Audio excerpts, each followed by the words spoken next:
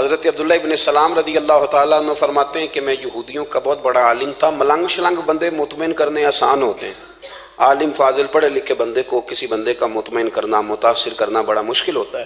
آپ فرماتے ہیں میں نبی کریم علیہ السلام کی بارگاہ میں پہلے دن گیا میں بحث کے ارادے سے، مناظرے کے ارادے سے، چونکہ یہودیوں کا عالم تھا. حضور اونٹنی پر تشریف فرما تھے. اور یارو محنت کر کے جو میک اپ کر کے چہرہ بنایا جاتا ہے اس کے اندر حسن تو کئی دفعہ ہوتا ہے پر جاذبیت نہیں ہوتی. لیکن جس بابے نے کبھی میک اپ نہ کیا ہو لیکن وضو ذرا طریقے سے کرے روز، تو رنگ گورا نہ بھی ہو تو لوگ کئی دفعہ یہ نہیں کہتے رنگ گورا ہے، بلکہ لوگ کہتے ہیں چہرہ نورانی ہے. اب میں اس پر میں کچھ کلام کر سکتا ہوں کہ گورے اور نورانی چہرے میں بھی فرق ہوتا ہے. کچھ چہرے گورے ہوتے ہیں پر نورانی نہیں ہوتے، کچھ گورے نہیں ہوتے پر نورانی بڑے ہوتے، یہ الگ عنوان ہے. تو حضرت عبداللہ ابن سلام رضی اللہ تعالیٰ عنہ فرمانے لگے جب میں گیا تو حضور اونٹنی پر تشریف فرما تھے. کہتے ہیں سادہ وضو، اور میں دیکھ رہا تھا کہ داڑھی مبارک میں کنگھی بھی نہیں ہوئی تھی. سرکار نے سر پہ سادہ سا امامہ باندھا تھا. حضور اونٹنی پر بیٹھے تھے اور جس اونٹنی پر تشریف فرما تھے اس پہ کجاوا بھی کوئی نہیں تھا. لیکن کہتے دو جملے حضور کی زبان سے نکلے، دو جملے، اور میں ان جملوں کا قیدی ہو گیا. میرے محبوب نے فرمایا جو چاہتا ہے کہ اس کی عمر بھی زیادہ ہو رزق میں بھی برکت ہو، آپ بھی چاہتے ہیں نا عمر بھی زیادہ ہو رزق میں بھی برکت ہو، تو حضور فرمانے لگے اس کے لیے کرنے کا کام یہ ہے کہ اگر وہ چاہتا ہے عمر زیادہ ہو رزق میں برکت ہو تو اپنے رشتہ داروں کے ساتھ اچھا سلوک کرے. یہ حدیث اگرچہ اپنے انہی الفاظ کے ساتھ مشکات میں موجود ہے، لیکن وہاں حضرت عبداللہ ابن سلام رضی اللہ تعالیٰ عنہ کہتے ہیں کہ وہ کیا مٹھاس تھی لفظوں میں، جملے تھوڑے تھے، بات میں گہرائی بہت زیادہ تھی. میں آیا تھا بحث کرنے پر میں آگے بڑھا، حضور کا دست مبارک تھاما اور میں نے عرض کی یا رسول اللہ مجھے کلمہ پڑھا دے، میں مسلمان ہونا چاہتا ہوں. ہمارے ہاں لوگ سمجھتے ہیں کہ بہت زیادہ فلسفہ بیان کرنے والا شاید کوئی بڑا پڑھا لکھا بندہ ہوتا ہے. یہ جی نفسیات کا بڑا ماہر ہے جی، اس نے کئی ماسٹر کیے ہوئے ہیں، ایم فل کی ہے، پی ایچ ڈی کی. او خدا کے بندے، نفسیات کا ماہر وہ ہوتا ہے جو سامنے والے کی عقل کے مطابق بات کرنا جانتا ہے. اور اگر تم کہے جی میری بات ہی بڑی مشکل ہے میں کس کو سمجھاؤں، تو آپ یہ پڑھے لکھے نہیں ہیں، آپ ابھی سمجھدار نہیں ہوئے. کلم الناس علی قدر عقولہم. اگر آپ پڑھے لکھے ہوتے تو لوگ آپ کی بات سمجھتے. میرے رسول کریم نے کبھی کوئی مشکل بات نہیں کی، کبھی کوئی فلسفہ نہیں بیان کیا، بلکہ تیری نگاہ ناز سے دونوں ہی مراد پا گئے. عقل غیاب جستجو، عشق حضور و اضطراب. اقبال کہتے ہیں اگر بڑا عقل مند آدمی ہوتا تھا تو حضور کی بات اس کے دل کو بھی اچھی لگتی تھی، اور اگر کوئی عشق و مستی والا آتا تھا نا کہ میں نے مست ہو کے آنا ہے تو وہ بھی میرے نبی کی باتوں سے مست ہو جایا کرتا تھا. دونوں تیری نگاہ ناز سے دونوں مراد پا. تو حضور کو بات کرنے کا سلیقہ بھی بڑا شاندار آتا تھا. حضرت عائشہ صدیقہ رضی اللہ تعالیٰ عنہ فرماتی ہیں کہ نبی کریم صلی اللہ علیہ وسلم جب بات کرتے تھے تو اتنی دھیمی کرتے تھے، اتنی دھیرے میں کرتے تھے. میں تو چھوٹا آدمی ہوں، کسی بڑے بندے کو نصیحت بھی نہیں کر سکتا، ورنہ میں علماء سے تو نہیں لیکن جو طالب علم ہیں جن کا خیال ہے کہ شاید اور میرے پاس کچھ سیکھنے آئے ہوئے ہیں مدرسے کے، تو میں ان سے کہتا ہوں کہ وہ کیا خطابت ہوئی جس میں سامنے والے کو سمجھ ہی نہیں آئی آپ نے کیا کہا. آپ اتنے جوش میں چلے گئے، کہتا جی وہ میرا عشق بڑا جوان تھا. تو میں نے کہا آپ کا عشق زیادہ جوان تھا، پھر رسول پاک کی سنت سے ہی آگے نکل گیا ہے. اب ٹھہر ٹھہر کے بات کریں. آپ کی بات اگر سامنے والے کی سمجھ میں نہ آئی تو اس کا معنی کیا ہوا. اسی طرح سے ہماری نعت خوانی کا ماحول ہوتا ہے، 6 بندے نعت پڑھ رہے ہوتے ہیں، ایک اسپیکر ادھر ہوتا ہے ایک ادھر ہوتا ہے، کوئی سمجھ نہیں آتی ہے کیا کہہ رہے ہیں. اور پھر اس کے ساتھ ساتھ وہ یہ بھی مطالبہ کر رہے ہوتے ہیں کہ ہاتھ بھی کھڑے کرو جنو جنو عشق کے. میں کہ انج نہیں کہی دا، ویسے تو کہہ چلو پڑھ لیں، ورنہ اگر آپ ایسے ہی استاد بائی پاس والے بیچارے کو تو ہارٹ اٹیک ہو جائے گا ہاتھ کھڑا کرے گا. تو وہ بھی عاشق رسول ہی نا، لیکن یہ قسمیں نہ ڈالیں، یہ کوئی طریقہ ہی نہیں ہے، نہ کہیں دین اس کی اجازت دیتا ہے. ہم نے تو یہ سنا ہے کہ صحابہ کہتے ہیں جب اللہ کے حبیب گفتگو کرتے تھے تو ہم یوں بیٹھتے تھے کہ ہمارے سروں پہ پرندے بیٹھے ہو، تو حرکت بھی نہیں کرتے تھے. تو بہرحال جو بات عرض کرنی ہے اس پر غور کریں. جناب عائشہ صدیقہ کہتی ہیں ٹھہر ٹھہر کے بات کرتے آہستہ، اور یہ لفظ آپ کو یاد رکھنا ہے. سیدہ عائشہ صدیقہ کہتی ہیں جب حضور گفتگو کرتے تھے نا تو اگر ہم نبی پاک کے الفاظ کو گننا چاہتے تھے تو گن بھی سکتے تھے، گننا چاہتے تو گن بھی. ایک تو آپ کی جو سادگی ہوگی وہ اصل ہوگی، ملمہ سازی سے نکلیں. پہلے ہماری شادیوں پہ دلہا اور دلہن جاتے تھے بیوٹی پارلر، اب سارا خاندان جاتا ہے. اس میں حسن نہیں ہوتا، اس میں بے وقت ہو جاتا ہے آدمی. آپ کو جو رب کریم نے بنایا ہے اس سے زیادہ شاندار آپ کو کوئی بنا سکتا ہے؟ الذی خلقک فسواک فعدلک فی ای صورت ما شاء رکبک، اللہ فرماتے ہیں جو میں نے تیرا چہرہ بنایا ہے نا یہ میری چاہت ہے، میں نے جیسا چاہا ہے تجھے بنایا ہے، تو مجھے تجھے وہ چہرہ پسند کیوں نہیں جو میرے رب نے بنایا ہے؟ یہ چاہت ہے الذی خلقک کا، جس نے تمہیں پیدا کیا، فسواک فعدلک، پھر ہموار کیا، پھر برابر کیا، اور فی ای صورت ما شاء رکبک، پھر جس صورت میں اس نے چاہا تجھے ترکیب کیا۔ تو پہلی بات، اور دوسری بات گفتگو کریں تو ذرا تھوڑا سا نا موقع دیں کسی اور، کچھ لوگ ایسے ہوتے ہیں جن کے پاس آپ بیٹھیں تو بس وہی بولیں گے، آپ نہیں بول سکتے، اب وہی بات کریں، گفتگو کریں، معنی خیز کریں، اتنی باتیں نہ کریں کہ پھر آپ رہ جائیں، کم بات کریں، اور جتنی کریں وہ وزنی کریں تاکہ آپ کی بات کا ایک خاص حجم ہو، ایک وقار ہو۔ اللہ کے محبوب بات کرتے تو اس بات کے اندر وزن ہوتا، وقار ہوتا۔ ہمارے صاحب رحمۃ اللہ علیہ ہمیں اکثر حکم دیتے تھے تقریر تھوڑی کرنا، نعت کے 2-3 شعر پڑھنا، تو میں نے ایک دن عرض کی حضور کیوں؟ فرمانے لگے اللہ رسول کی بات کو بے وقت نہ کر دینا کہ لوگ سننا نہ چاہیں اور تم جبرن سناؤ، فرمایا رنگ اس طرح کا ہونا چاہیے کہ لوگوں میں دلچسپی ابھی ہو اور بات ختم ہو جائے، اس کو بے وقت کر دینا ہے کہ زبردستی آپ۔ تو اچھی گفتگو کریں، معنی خیز سنیں۔ ایک حدیث پاک حضرت ابو بردہ رضی اللہ تعالیٰ ایک صحابی ہیں، البدایہ والنہایہ میں روایت آپ کو ملے گی، وہ کہتا ہے میرا اپنی بیوی سے اختلاف ہو گیا۔ بیوی سے جب بندہ راضی ہوتا ہے تو بڑا ہی راضی ہوتا ہے، پھر وہ کہتا ہے کہ جیسی میری ہے ویسی کسی کی بھی نہیں، اور جب ہوتا ہے نا ناراض تو پھر وہ منگنی سے کہانی شروع کرتا ہے کہ جب میری منگنی ہوئی تھی تو تیرے چاچے نے مجھے گورا تھا، اور پھر وہ دن جب رکھے تھے اس دن جو کام ہوا تھا اس کا بھی ذکر، اب اختلاف جو ہو گیا، اور جب آپ کسی سے ناراض ہوتے ہیں پھر اس کی خامیاں ساری سامنے آ جاتی ہیں، پھر وہ کہتا ہے شادی والے دن تیرے ابے نے صحیح سلوک نہیں کیا، یہ جو مجھے کپڑے دیے تھے جو کو پہننے والے تو نہیں نا، تو میری اماں، اب اختلاف ہو گیا۔ اب ہم کیا کرتے ہیں، جو قریب والے لوگ ہوتے ہیں وہ اس پر تھوڑا تیل اور ڈالتے ہیں، وہ کہتے ہیں نہیں تینوں تو پتہ ہی نہیں، مجھے تین بڑیاں گلاں دا پتہ ہی نہیں، تو تے شادی تو 15 دن بعد سعودی عرب ٹر گیا ساڑھے کو سن کہانیاں، ہم تمہیں بتاتے ہیں تاکہ تباہی اور اترے۔ اس طرح نہ کریں، آپ ایک آدھ بات کہہ کے چلے جاتے ہیں، ان بیچاروں نے اکٹھے رہنا ہوتا ہے، ان کی زندگی دوزخ بنی رہتی ہے، ان کو قریب کریں۔ اللہ کے رسول تو کسی کا نکاح کرتے تھے تو میاں بیوی کے درمیان محبت کی دعا فرماتے تھے، تو وہ صحابی آئے تو اپنی بیوی سے ناراض تھے تو انہوں نے اب بات شروع کر دی، کہنے لگے یہ بھی کرتی ہے، یہ بھی کرتی ہے، یہ بھی کرتی ہے، یہ بھی غلطی ہے، یہ بھی غلطی ہے، یہ بھی کوتاہی ہے، بڑی باتیں سنائیں۔ اللہ نے کان کتنے دیے اور زبان، اس کا مطلب ہے سنگل بولنا چاہیے اور ڈبل سننا چاہیے۔ آپ جتنا بولتے ہیں اس سے ڈبل سننے کا مزاج بنائیں، کیونکہ کان اللہ نے 2 دی اور زبان سنگل بولیں اور ڈبل سنیں۔ حضور سنتے رہے، بلکہ حضرت ابو بردہ رضی اللہ تعالیٰ عنہ کہتے ہیں میرے محبوب نے نا تکیہ منگا لیا، ٹیک لگا لی۔ کئی لوگ کہتے ہیں نا جی ڈاکٹر نے میری بات تو پوری سنی کوئی نہیں، تو جب تک پوری سنی نہ جائے بعض بندوں کو تسلی نہیں ہوتی، پورا وقت دیا۔ وہ کہتے ہیں جتنا میرے اندر غبار تھا سارا میں نے نکالا، اور میں نے ثابت کر دیا کہ میری بیوی میں یہ بھی کمزوری ہے، یہ بھی کمزوری ہے، یہ بھی کمزوری ہے۔ کہتے ہیں جب میں تھک گیا نا باتیں کر کر کے اور باتیں ختم ہو گئیں تو حضور ہلکا سا مسکرائے، پھر پہلی نظر ہی لوٹ لے ماہی تیرے ہار شنگارا۔ کہتے ہیں حضور ہلکا سا مسکرائے زیر لب اور فرمانے لگے کہ تیری بات ختم ہو گئی ہے تو ایک میں بھی کر لوں؟ تو نبی کریم صلی اللہ تعالیٰ علیہ وسلم فرمانے لگے صرف ایک بات کا جواب دے، صرف ایک، تیرے آگے ہیں یوں دبے لچے فصحا عرب کے بڑے بڑے، کوئی جانے منہ میں زبان نہیں بلکہ جسم میں جان نہیں۔ حضور فرمانے لگے یہ بتا کہ تیری بیوی میں ساریاں خامیاں ہی ہیں کہ کوئی خوبی بھی ہے؟ بھائی اتنا جواب دے دے، زیادہ لمبی چوڑی بات نہیں، تیری بیوی میں ساریاں خامیاں ہیں۔ اللہ جو بندے بناتا ہے نا تو ایسا کوئی بندہ رب کریم نے نہیں بنایا جس کے اندر اللہ نے کوئی خوبی نہ رکھی ہو۔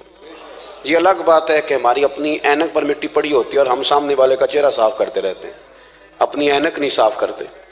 تو حضرت ابو بردہ رضی اللہ تعالیٰ عنہ فرماتے ہیں جب سرکار نے اس شخص سے یہ بات کہی نا کہ کوئی خوبی بھی ہے تیری بیوی میں، تو کہتے ہیں وہ شخص کہتا ہے میری نا بالکل ایک جملے نے سوچ ہی بدل دی ساری، یوں سمجھ لے کہ میں اس روڈ پہ چل رہا تھا، میرے نبی پاک نے مجھے اس والے رستے پہ ڈال دیا، بالکل ساری سوچ، یعنی ایک ہی جملہ لیکن ہر چیز بدل دی سرکار نے۔ حضور فرمانے لگے کوئی خوبی بھی ہے؟ کہتے میں تھوڑی دیر چپ رہا، عرض کی یا رسول اللہ صلی اللہ علیہ وسلم آپ حکم کریں۔ تو حضور فرمانے لگے اپنی بیوی سے کبھی بغض نہ رکھو، اگر تمہیں اس کی خامیاں نظر آئیں تو اس بات پر توجہ کرو جو اس کے اندر خوبی ہو۔ کہتے ہیں میں نے اٹھ کے عرض کی یا رسول اللہ میری بیوی پردے کی بڑی پابند ہے، میری خوابگاہ میں کوئی دوسرا شخص کبھی پیر بھی نہیں رکھ سکتا، تو فرمایا جا پھر گھر جا کے بس آج جو سب سے اعلیٰ خوبی تھی وہ تو اللہ نے تیری بیوی کو عطا کی ہوئی ہے، گھر بسا۔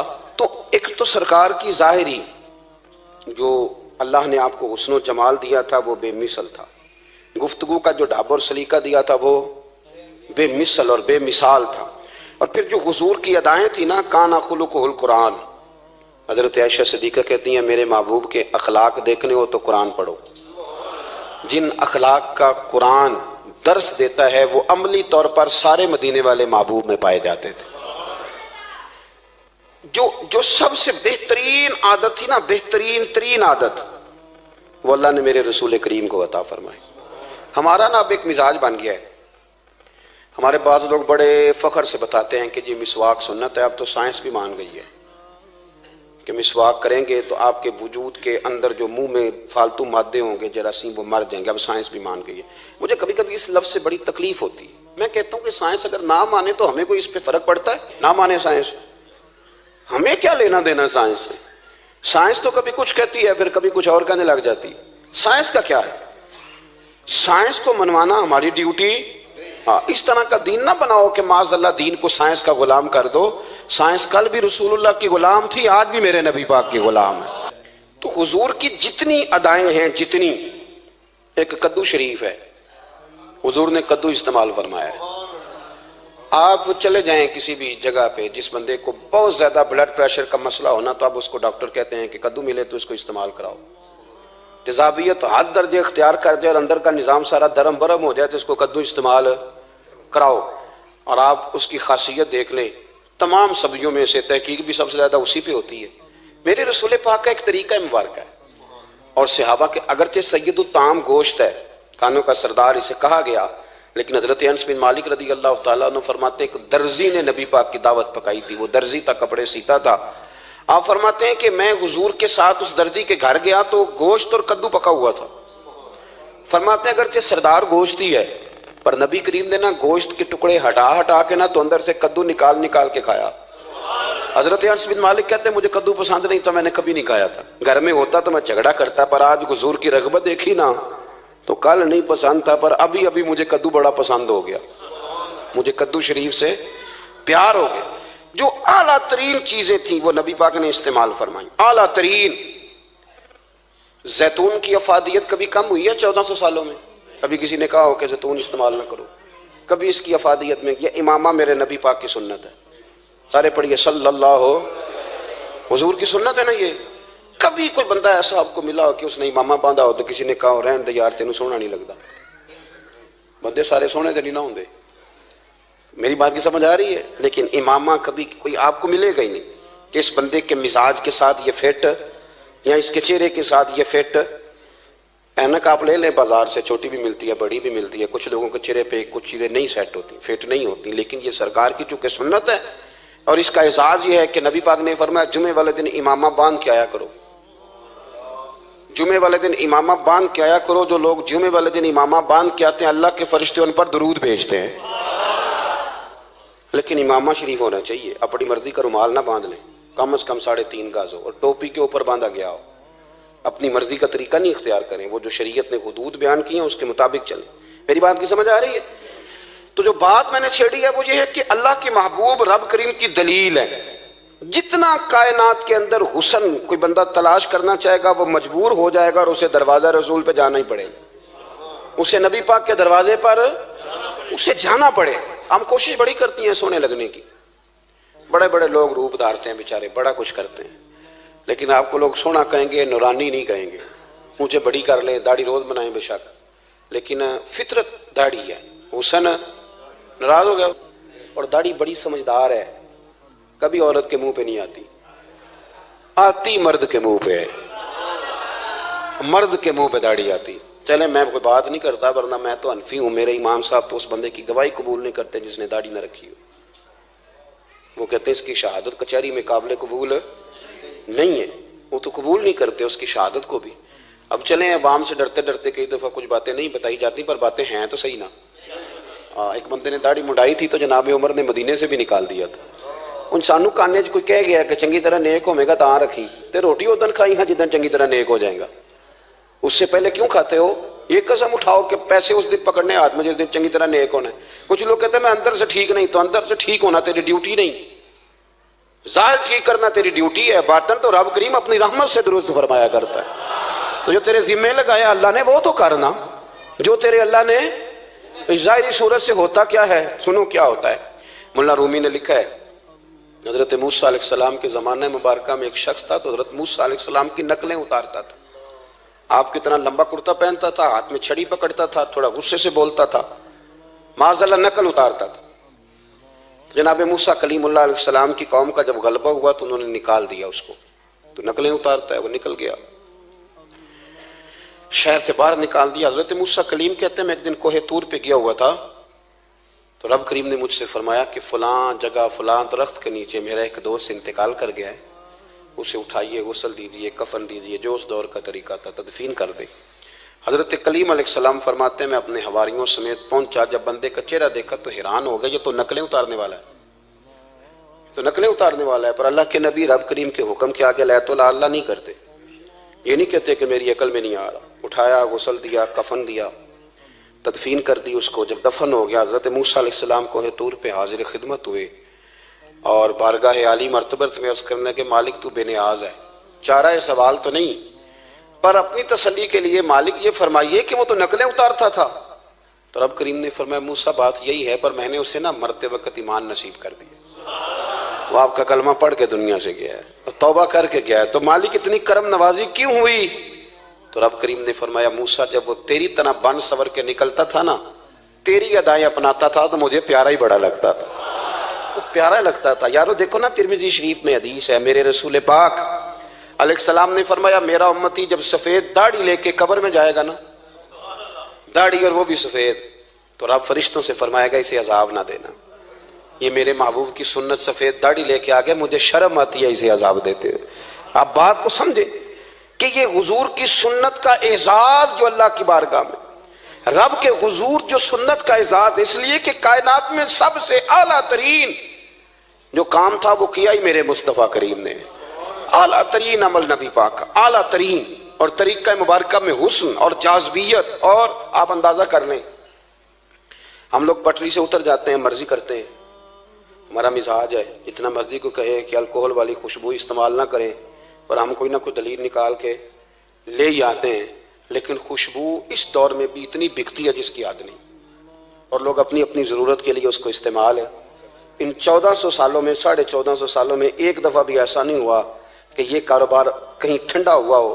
حرم شریف اللہ آپ کو لے جائے تو مسجد نبی میں سونے کی دکان کے ساتھ خوشبو والی دکان ہوتی, یعنی اتنا مہنگا کاروبار ہے کہ جتنا کرایہ سونے کی دکان والا دے رہا ہے اتنا ہی خوشبو کی دکان والا دے رہا ہے. اتنا مہنگا یہ کاروبار ہے, ایک دن بھی اس کام کی اہمیت کم نہیں ہوئی. اور رسول کریم نے کیا فرمایا, صحابہ کہتے ہیں 3 چیزوں سے کبھی منع نہیں کرتے تھے. کوئی تکیہ دیتا تھا تو قبول کرتے تھے, کوئی بندہ اگر حضور کو دودھ پیش کرتا تھا تو نبی پاک قبول کرتے تھے, اور اگر کوئی شخص حضور کو خوشبو دیتا نا تو حضور جلدی قبول فرماتے تھے. یہ مزاج تھا. تو جو اعلیٰ ترین چیزیں تھیں ان کو میرے رسول کریم صلی اللہ علیہ وسلم نے کیا, ہمیں کر کے دکھایا. ہمارا ظاہری حلیہ, آج بھی اہل عرب لمبا کرتا پہنتے ہیں, آپ لمبا کرتا پہن لیں, حیا کے زیادہ قریب ہے. کھلا لباس حضور پسند کرتے تھے, یہ شرم و حیا کے زیادہ قریب ہے, اس کے اندر انسان کا پردہ زیادہ ہے. وہ ساری اعلیٰ قسم کی صفات جن سے ایک آدمی متصف ہو سکتا ہے اور اپنے آپ کو سجا سکتا ہے, اپنے معاملات کو ٹھیک کر سکتا ہے, وہ ساری رسول پاک نے ہمیں عطا فرمائی.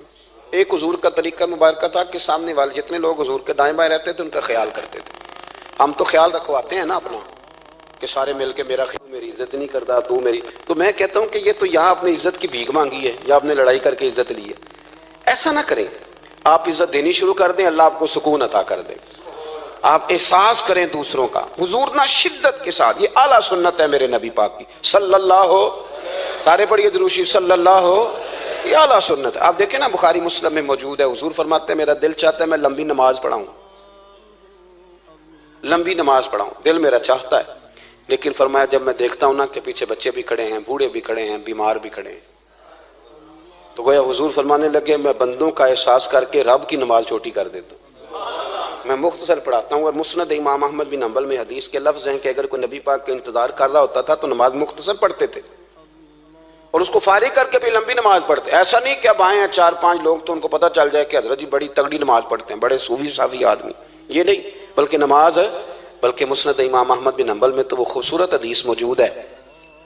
سیدنا بلال حبشی رضی اللہ تعالیٰ عنہ فرماتے ہیں کہ میں نے عصر کی نماز کے لیے اقامت پڑھ دی تھی, حضور مصلی امام پر تشریف لے گئے تھے, ایک یہودی کا غلام آیا اور اس نے آ کے عرض کی یا رسول اللہ میں بڑی مشکل میں ہوں, اگر آپ چلیں تو میرا مسئلہ حل ہو سکتا ہے, میرا مسئلہ حل ہو جائے گا. تو حضور کے احساس کی شدت کا یہ حال تھا کہ نبی کریم نے نمازیوں سے فرمایا تم بیٹھ جاؤ, میں پہلے اس کا کام کر کے آتا ہوں.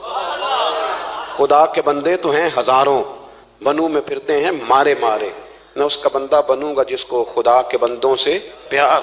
احساس کی شدت یہ حضور کی سنت ہے, اور بہت زیادہ خیال رکھنا دوسرے کا, یہ میرے نبی پاک کا طریقہ ہے. دوسروں کو سوچنا, دوسروں کے لیے بات کرنا, دوسروں کے لیے دعائیں کرنا, ان کے احساسات کا خیال رکھنا.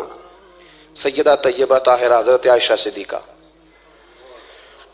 رضی اللہ تعالیٰ عنہ فرماتی ہیں ایک دن سرکار مجھ سے فرمانے لگے عائشہ جب تم مجھ سے ناراض ہوتی ہو تب بھی مجھے پتہ چل جاتا ہے, جب راضی ہوتی ہو تب بھی پتہ چل جاتا ہے. یہ ہمارا یہ مزاج نہیں ہوتا گھر کے اندر بھی. ہم گھر کے اندر بھی نواب صاحب ہی ہوتے ہیں, یہ نہیں گھر جا کے کہانیاں سناتے ہیں, کہتے ہیں تمہیں پتہ میں کڈا اوکھا ہوں, کمائی کیڈی مشکل ہے, پیچھے پیچھے ہٹ جاؤ سارے, میں فتح کر کے آؤں, ابھی کیٹو سر کر کے آیا ہوں. ایک بچہ پانی لے کھڑا ہو جائے, دوسرا دودھ کا گلاس لائے, بیگم صاحبہ فٹافٹ آئیے, ایسے نہیں کریں. میرے رسول پاک علیہ السلام کی پیاری زوجہ کہتی ہیں حضور گھر آئے, کھانا مانگا, میں نے عرض کی حضور میرے سر میں درد ہے, تو پڑھو نا ابن اسحاق کو. محبوب فرمانے لگے لا میں تجھے آٹا گوندھ دیتا ہوں, تو مجھے روٹی پکا دے. یہ بھی سنت ہے نبی پاک کی. ہوں چپ کر گئے ہو, یہ بھی حضور کی سنت ہے, یہ بھی سرکار کا طریقہ ہے. کبھی کبھی گھر میں جھاڑو دینا یہ بھی نبی پاک کا. حضور کام میں ہاتھ بٹاتے تھے نا ازواج کا, یہ والی سنت کس دن ادا کرنی. ایک دن میں نے جمعے میں یہ بات کی تو ایک بچہ مجھے کہنے لگا حضرت صاحب یہ سنت ادا سے کر لیجیے پر ساڑھے ابے نے بھی تو سمجھاؤ نا. ہنسنا نہیں جی مسجد میں اونچا. کہنے لگے وہ بیگم صاحبہ ایک دن بیمار تھیں اور سخت بیمار تھی, تو میں نے چائے کا کپ بنا دیا, علامہ بیچاری مجھے روز بنا کے دیتی ہے, تو میں نے بنا دیا تھا. ابا جی کہنے پتر رائے دیا آتا نہ خراب کر لیں. تو اب آپ تو سنت کچھ اور بیان کر رہے ہیں, میں کہ تسی شروع کرو نا تاکہ تواڈے بچے تو نہ یہ سوال کرن یہ راج تسی کر رہے ہو. تو اس میں بھی کوئی حکمت ہوگی. بزرگ اگر کوئی بات کرتے ہیں تو وہ بھی کوئی اتنی بری نہیں ہوتی, اس کے اندر بھی کوئی نہ کوئی حکمت ہوتی ہے. لیکن اپنے گھروں کے ماحول میں خوبصورتی لائیں, یہ سٹیٹس نہیں اہل اسلام کا. بات سمیٹنے کی طرف آ رہا ہوں. حضرت عائشہ صدیقہ رضی اللہ تعالیٰ عنہ فرماتی ہیں حضور فرمانے لگے کہ جب تم راضی ہوتی ہو تب بھی مجھے پتہ چل جاتا ہے, اور جب ناراض ہوتی ہو تب بھی. تو میں نے کہا یا رسول اللہ صلی اللہ علیہ وسلم وہ کس طرح. آنکھیں میں نے کھول لی, حضور کس طرح. تو دیکھو نبی پاک سامنے والے کے جملوں کا بھی احساس کرتے, خیال کرتے کہ سامنے والا کہاں سے بات کر رہا ہے. اللہ کے محبوب فرمانے لگے تمہیں اگر کبھی قسم کھانی ہو نا, تمہارا مزاج ہے قسم کھانی پڑے اور تم مجھ سے ناراض ہو تو پھر تم کہتی ہو مجھے ابراہیم کے رب کی قسم, اور جب تم راضی ہو اور قسم کھانی پڑے تو کہتی ہو مجھے محمد مصطفیٰ کے رب کی قسم. تو جناب عائشہ کہتی ہیں میں زبان سے ہنس رہی تھی اور آنکھیں میری آنسو برسا رہی. میں نے کہا محبوبہ اتنا خیال کرتے, یہاں تک آپ کو احساس, یہاں تک پتہ ہوتا ہے, یہاں تک. میرے رسول کریم علیہ السلام لوگوں کا احساس کرتے, خیال کرتے, شوق پیدا کرتے, وارفتگی ہوتی. کئی دفعہ حضور فرض نماز پڑھ کے گھر چلے جاتے, تھوڑی دیر کے بعد آتے مسجد میں نماز پڑھ لیتے. کئی دفعہ قاضی اعجاز مالکی رحمۃ اللہ علیہ اس کو لکھنے کے بعد اس کی شرح میں فرماتے ہیں اصل بات یہ تھی کہ حضور جب تک مسجد میں رہتے تھے صحابہ ادباً بیٹھے رہتے تھے, تو حضور فرماتے ہیں میں جاؤں گا نہیں تو یہ بھی نہیں جائیں گے. تو سرکار گھر تشریف لے جاتے تاکہ لوگ اپنے اپنے کام میں لگ جائیں, اور پھر حضور واپس آ جاتے. ایک تو اپنی ظاہری وضاقت میں سادگی لائیں. ہماری بہت ساری مشکلات کی اصل وجہ یہ ہے کہ تکلف بڑا بڑھ گیا, بڑا تکلف بڑھ گیا. ہم کوشش کرتے ہیں دوسروں کے برابر جانے کی, ہمیں کیا ضرورت پڑی ہے دنیا سے مقابلہ کرنے کی. ہم نے تو اللہ رسول کی رضا کے اندر رہنا ہے, اور دنیا میں سب سے بہترین شخص وہ ہے جس کے پاس مال تو ہے پر لالچ کوئی نہیں. اپنے آپ کو پیچھے لائیں. دوسری بات یہ کہ اپنی گفتگو بڑی صاف ستھری کریں, سادی کریں, اس کے اندر کوئی تکلف نہ برپا کریں, بات سامنے والے کی عقل کے مطابق کریں. اور تیسری بات یہ کہ اپنی عادات میں, اٹھنے بیٹھنے میں, چلنے پھرنے میں اپنا تھوڑا سا خیال کریں. اور ایک بات اور آپ کو عرض کروں, یہ آپ کو زیادہ دیر محنت نہیں کرنی پڑے گی. اگر تھوڑا سا وقت آئے اپنے آپ کو دے دینا. اقبال کہتے ہیں اپنے من میں ڈوب کر باجا سراغ زندگی، چل تو اگر میرا نہیں بنتا نہ بن، اپنا تو بن، اپنا تو بن۔ تھوڑا ہی اپنے اوپر بھی تو محنت کر لے کہ ساری زندگی دوسروں کی اصلاح کرتے رہنا۔ دوست کوشش کرے اپنی عادات پہ 2 4 5 ہفتے کے لیے محنت کرے تاکہ عادتیں سنور جائیں، تاکہ طبیعتیں بدل جائیں۔ ایک حدیث پڑھتا ہوں اور اپنی بات کو سمیٹتا ہوں۔ میرے رسول کریم صلی اللہ تعالی علیہ وآلہ وسلم نے فرمایا کہ اگر اللہ اخلاق کو چہرہ دیتا نا، یہ جو عادات ہوتی ہیں، اور عادات سے مراد صرف میٹھا بولنا نہیں بلکہ لالچ نہ کرنا بھی خلق ہے، تھوڑے پہ راضی رہنا بھی خلق ہے، سچ بولنا بھی خلق ہے، غیبت سے بچنا بھی۔ اصل اخلاق یہ ہے۔ میٹھا تو کئی دفعہ لوگ اپنے مطلب کے لیے بھی بول لیتے ہیں، وقتی طور پر کام نکالنے کے لیے بھی بولتے ہیں۔ تو حضور نے فرمایا کہ اگر خلق کو اللہ تبارک و تعالی چہرہ عطا کرتا تو کائنات میں سب سے بہترین چہرہ حسن اخلاق کا ہوتا، سب سے اچھا اور خوبصورت۔ اور فرمایا اگر بدخلقی کو اللہ چہرہ دیتا تو بدصورت ترین چہرہ اس کا ہوتا۔ اس کا کیا معنی ہوا کہ اگر ہمارا کردار اچھا ہے، سوچ اچھی ہے، لوگوں کے بارے میں نظریہ اچھا ہے، احساس ہے، تو پھر ہمارے اندر دنیا کا سب سے خوبصورت انسان موجود۔ لیکن اگر ہمیں اپنی ذات کے علاوہ شے نظر ہی کوئی نہیں آتی، ہم خود غرض ہیں، جھوٹ بولتے ہیں، غیبت کرتے ہیں، بد نگاہی کرتے ہیں، لوگوں کے بارے میں بدگمانی کرتے ہیں، کسی کو حقیر سمجھتے ہیں، ذات پات کے چنگل میں الجھے ہوئے ہیں، تو پھر ہمارے اندر ایک بدصورت ترین شخص بیٹھا ہے۔ جتنی مرضی کنگھی کریں، جتنا مرضی آپ اپنے آپ کو سنواریں، اندر کی بدصورتیاں جا سکتی نہیں۔ تو کوشش فرمائیں کہ اللہ ہمیں اخلاق کا اعلیٰ جو ہے وہ وزن عطا کرے، اعلیٰ شعور عطا کرے۔ اللہ تعالیٰ میری اور آپ کی حاضری کو مستجاب فرمائے۔ آخر دعوانا ان الحمدللہ۔ اگر ہماری ویڈیو پسند آئے تو ہمارے چینل کو لائک کریں، سبسکرائب کریں اور شیئر کریں۔ جزاک اللہ۔